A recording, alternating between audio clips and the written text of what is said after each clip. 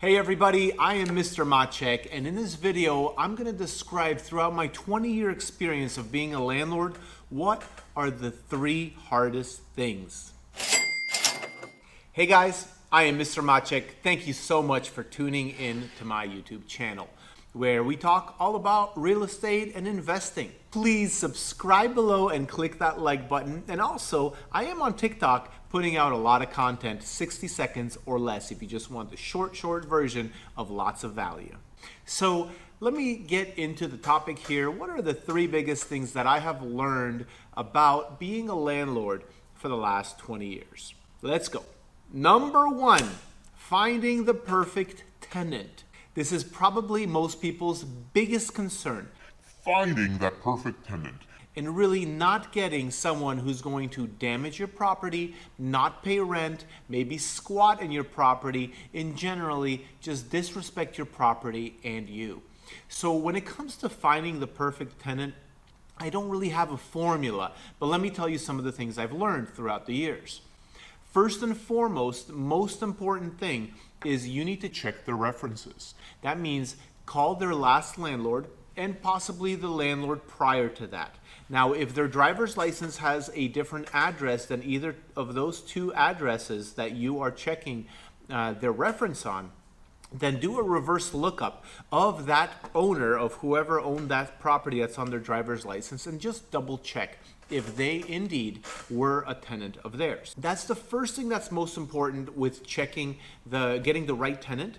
However, you also have to check their employment history. So when it comes to most tenants, you can't go based on their word. Ask to see pay stubs and ask for their manager's contact information. Set up an appointment if you can, and go drive and talk to that manager, making sure that it's not a friend or a relative just trying to help them out. Because the repayment ability is extremely important. Just like when you get a loan for a home, the repayment ability is the number 1 thing. So you want to make sure that they can afford the rent.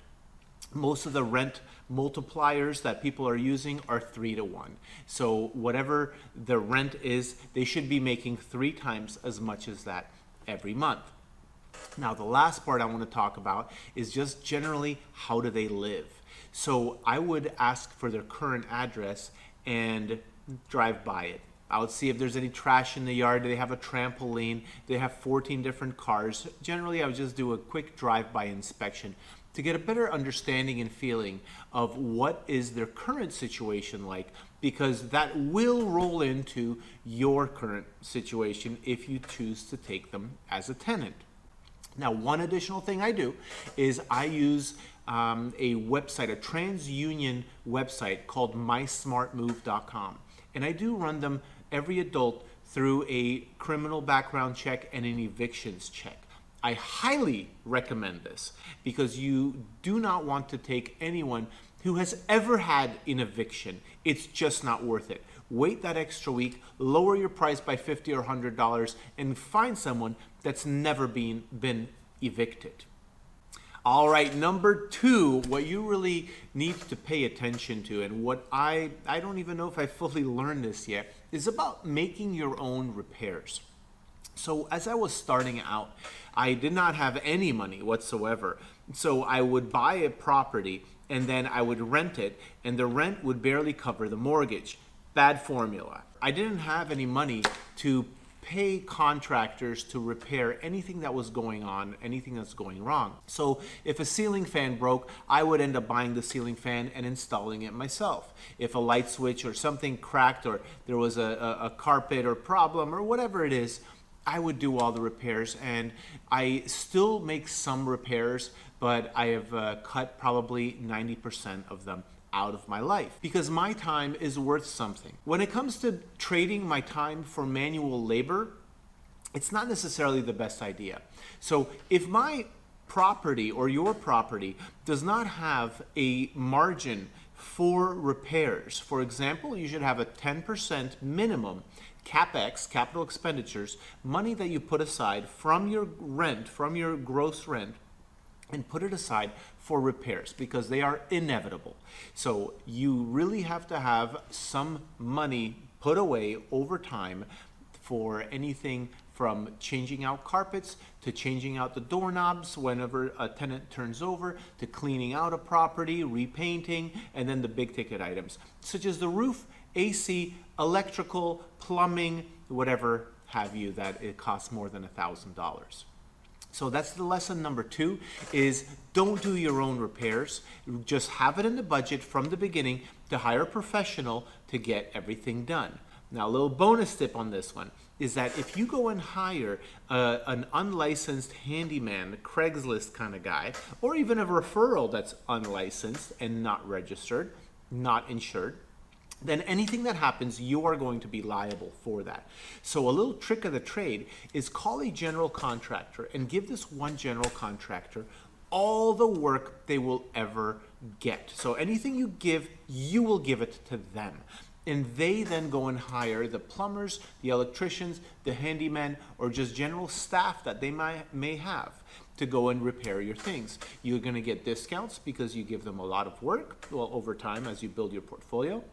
And you also have all the liability going on a general contractor. That's just a little bonus tip. Okay, so the third and final thing that I have learned over the years is the difference between being empathetic and protecting my business. So what I don't want to come across as is somebody who's a jerk. Somebody who just doesn't care about my tenants' struggles and situations. For example, if they have a car accident or they lose their job, they're going to have a hard time with rent next month for the most part, because I deal with middle to lower middle income rentals. So my tenants do not have thousands of dollars saved up just in case. So being empathetic is very important because I care about the person and I care that I can help them somehow, some way. But on the other hand, I need to protect my business. And I do have some rules that you owe me rent, and I'm giving you possession of a property in exchange for rent. So over the years, I have been ripped off over and over and over because generally speaking, my tenants have chosen to lie to me or have chosen to rip me off. And I really don't appreciate that. Basically, what I have to put a balance towards is setting my expectations and then protecting my business, all the while looking at the tenant and their life situation. So whenever COVID hit, for example, I was very empathetic to my tenants. And I allowed them to make payments based on their income. And not everyone has caught up to this day. And we are in mid-November 2020 at this point. And that's okay because I think I'm doing the right thing and I feel good about what I'm doing. But I did have a few tenants that chose not to pay, knowing they couldn't get evicted, and then racked up the bills, and then one day disappeared. And I didn't get any money. And if they disappeared, that means they had first, last, and deposit for some other property. So some other landlord got them and got their problem. Now I'm just thankful to get my property's possession back, but still that difference between being empathetic and protecting my business kind of skewed towards being empathetic, and it ended up costing my business. So maybe set some rules for yourself that are bendable and set some rules that are not bendable. I hope this has been helpful, and right now I would really appreciate it if you could just let me know in the comments below, what have you learned from being a landlord? Or if you're not a landlord, what are you afraid of? Please comment below. I will definitely address all your questions and any comments that you have. Also, stick around, watch this video, click it. This is going to help you improve your credit score so that you can get traditional Fannie Mae and Freddie Mac loans at very, very low interest rates.